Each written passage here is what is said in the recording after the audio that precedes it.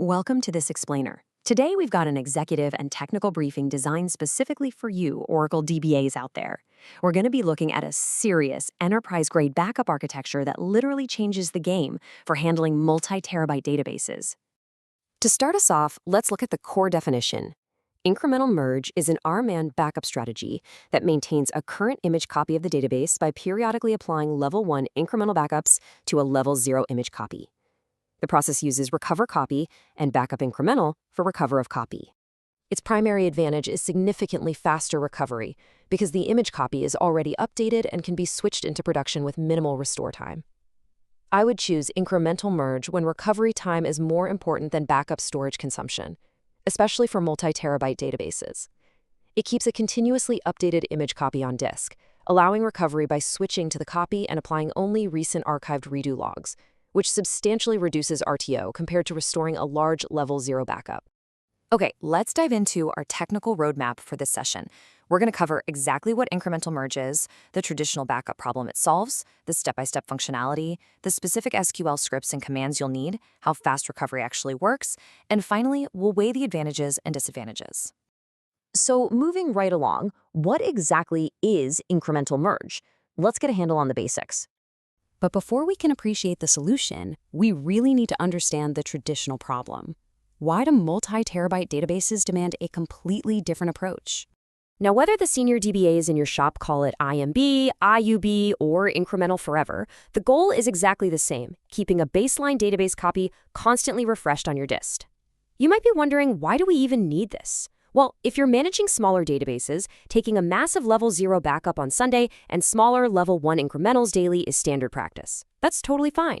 But once you scale past a terabyte, the strategy completely falls apart in a crisis. Think about it. If a 5 terabyte database crashes on a Thursday, traditional recovery dictates that you have to sit there and restore that massive 5 terabyte level 0 backup from Sunday first. Only after that agonizing wait can you start applying your level 1 incrementals and your archive logs. In a modern enterprise, watching a progress bar slowly restore 5 terabytes while the business is entirely offline, yeah, that's unacceptable downtime. Incremental merge completely eliminates that heavy restore phase. Because your image copy is already updated and waiting on disk, you simply switch to the copy and apply the remaining redo. The time savings are absolutely massive. So let's look at the step-by-step functionality and see exactly how this image copy updates in the background. Now, what's really interesting here is how this continuous cycle works over a 3-day period. I want to walk through this carefully because this is where a lot of novice DBAs get a little confused. Let's say day 1 is Monday. RMAN creates your baseline, a full level 0 image copy of all your data files. Simple enough. On day 2, Tuesday, RMAN creates a level 1 incremental backup containing only the blocks that changed since Monday. Notice that no merge occurs yet because there's no previous incremental available to merge. But day 3, Wednesday, this is where the engine really starts running. First, RMAN takes day 2's incremental backup and merges it right into the original image copy, bringing that baseline up to Tuesday's state. Then it creates a brand new level 1 backup containing Wednesday's changes. From this point onward, every single backup cycle does exactly this. Merge the previous day's incremental into the image copy, then create a new incremental.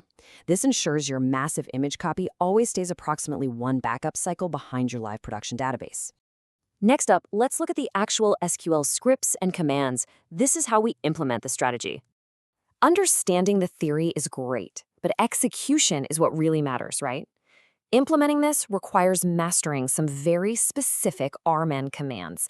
Let's look at how we seed this process on day 1. Here is your first option.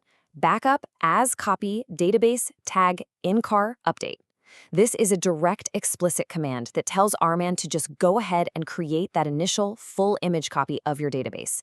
And that tag is extremely important here, as it groups the backup files together for all the future merge operations. Now, alternatively, you can use this command on day 1, backup incremental level 1 for recover of copy with tag incr update database. This alternative is incredibly powerful and honestly highly recommended because it's intelligent. If RMAN sees that an image copy doesn't already exist, it won't throw an error. Instead, it automatically generates the level 0 image copy for you right then and there. It handles the baseline creation dynamically. So, the crucial point is this specific daily run block that you're going to schedule moving forward.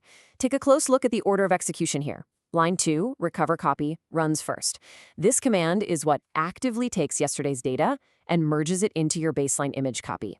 Immediately following that, on line 3, the backup incremental command captures today's new changes. This single, elegant script handles the entire continuous merge cycle for you daily. And here is a critical piece of advice to optimize this whole process. You absolutely should run this SQL command: alter database, enable block change tracking.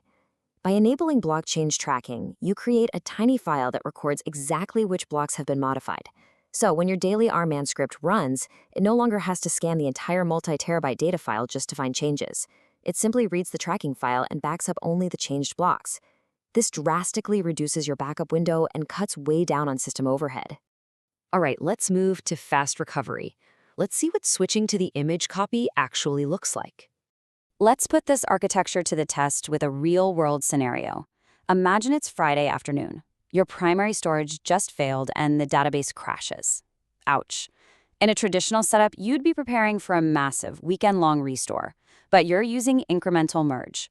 Your image copy is sitting safely on a completely separate disk volume, fully updated as of Thursday night. You need to bring the database back online immediately. Well, the operational steps to achieve this are beautifully simple and fast. Step 1. Execute switch database to copy. This instantaneously updates the Oracle control file to point to your image copy data files instead of the corrupted originals. Step 2. Execute recover database. RMN will now apply only the remaining archived redo logs generated since Thursday night directly to the already restored image copy. Once applied, you just open the database. What used to take hours or even days now takes literally minutes. Finally, let's wrap up by evaluating the advantages and disadvantages, because there are always trade-offs. Look, every architectural choice in Oracle requires balancing trade-offs. Incremental merge is powerful, but you've got to evaluate if it fits your specific environment. Let's recap the major advantages first.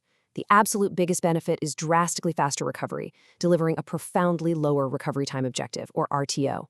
Secondly, you benefit from much smaller daily backups. Once that initial copy is made, you might only be dealing with, say, 30 gigabytes of daily changes, instead of moving a 5 terabyte backup set every weekend. It is undeniably excellent for databases over 1 terabyte, and as we just talked about, it synergizes perfectly with block change tracking for maximum efficiency. However, you really must carefully plan for the disadvantages. This strategy requires substantially more disk space.